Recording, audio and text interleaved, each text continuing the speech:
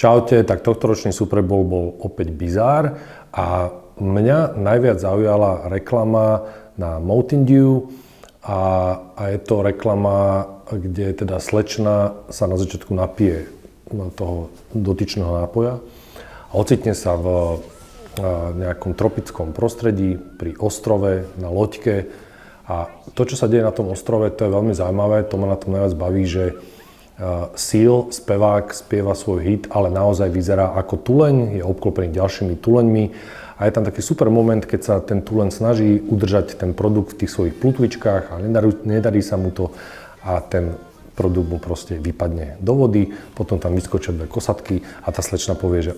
to je najbizarnejšia vec, akú som kedy videla a v tomto s ňou súhlasím. Takže to bola moja najobľúbenejšia reklama a najhnusnejšia reklama je to, čo spravil Kanye West. Fox si dovolil to odvysielať iba v 3 štátoch amerických a je to reklama na Westov e-shop, kde predáva iba trička so svastikou, čo mi príde taký, že nechutný bizár. Takže toľko moje postrehy z tohto ročného